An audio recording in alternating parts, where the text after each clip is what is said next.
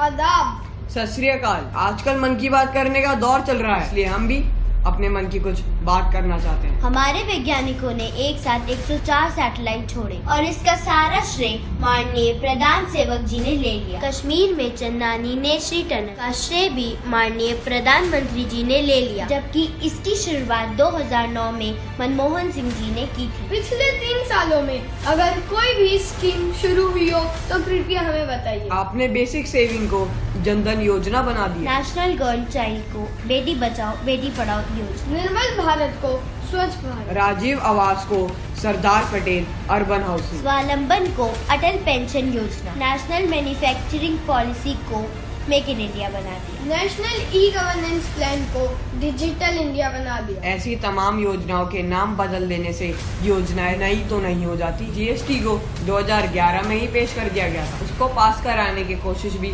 UPA सरकार ने की थी और तब इसका विरोध बीजेपी ने ये कहकर किया था कि जीएसटी देश की तरक्की में बाधा है, और अब इसको खुद लागू करके प्रधान सेवक जी ने इसका भी श्रेय ले लिया है। मनरेगा की इतनी फजीयत आपने की और अब उसको ही आपने आगे बढ़ाया। आपने आधार कार्ड का भरपूर विरोध करा और अब खुद ही इसको हर चीज में जरूरी बनाने की कोशिश की जा रही है। नोटबंदी से कितना काला धन वापस आया वो आप देश को बताइए। नोटबंदी से आतंकवाद पर कितना अंकुश लगा है ये सबको दिखाई दे रहा है। आज तक इतिहास में कोई भी प्रधानमंत्री बॉर्डर और सेना की गतिविधियों को लोगों के बीच नहीं लाए, लेकिन आपने कारगिल युद्ध सर्जिकल स्ट्राइक को चुनावी मुद्दा तक बना दिया, जबकि सर्जिकल स्ट्राइक पहले भी कई बार हुई है। खैर प्रधान सेवक जी, हमारे मन की बात तो यह है कि आपकी पार्टी 23 जनवरी 2014 को करेंसी बदलने का विरोध करती है और आप 8 नवंबर 2016 को खुद करेंसी बदल डालते हैं। आपकी पार्टी 2013 में 85 रुपए प्रति किलो तुअर दाल बिकने पर पूरे देश में महंगाई का विरोध करती है और आपके शासन में तुअर की दाल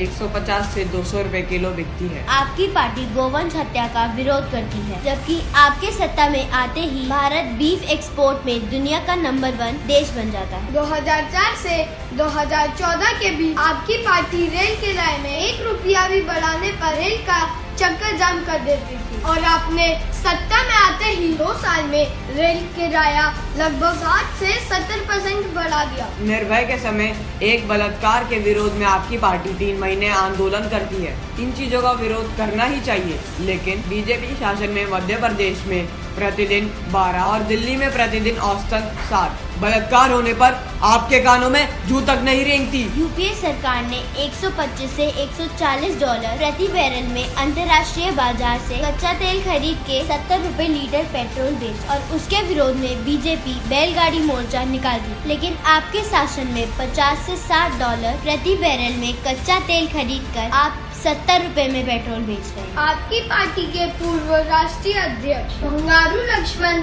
भ्रष्टाचार के पैसे लेके रंगे हाथ पकड़े जाते हैं और फिर भी आपकी पार्टी ईमानदार है, बाकी सब भ्रष्टाचारी। आप कहते हैं कि आप प्रतिदिन 18 घंटे काम करते हैं और 3 साल में आपने देश का कुछ विकास किया हो तो ऐसा कुछ नजर नहीं आता। आपने 100 दिन में सारा काला धन लाने का वादा करा और 1100 दिन में भी आप विदेश से काला धन न ला पाए। आपने किसानों को उनके उत्पादन खर्च पर 50% लाभ देने का वचन दिया और पिछले 3 सालों में किसानों के उत्पाद का सरकारी खरीद रेट 1 रुपया भी नहीं बढ़ाया। आपने एक भारतीय जवान के बदले 10 पाकिस्तानी सर लाने का वादा किया था और पिछले 3 साल में एक के बदले आधा सर भी नहीं ला पाए। आप खुद तो काले धन की बात करते और अपने ही चुनाव में 11,000 करोड़ का खर्च करते हो।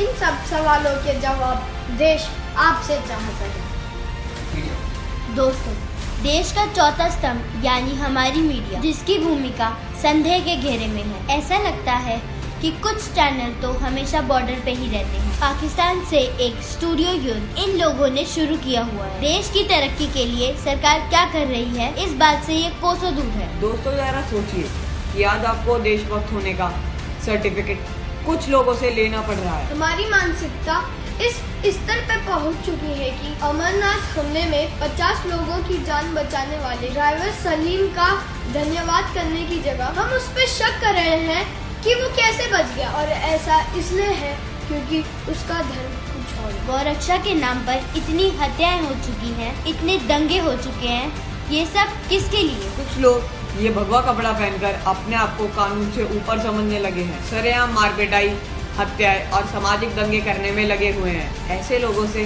हम विनती करते हैं कि इस केसरी रंग को बदनाम ना करें। ये रंग तो हमें भगत सिंह जी की याद दिलाता है। ये रंग हमारी संस्कृति की याद दिलाता है। ये देश महात्मा गांधी का देश है, इसे गॉडसे का देश मत बनने दीजिए। जय हिंद।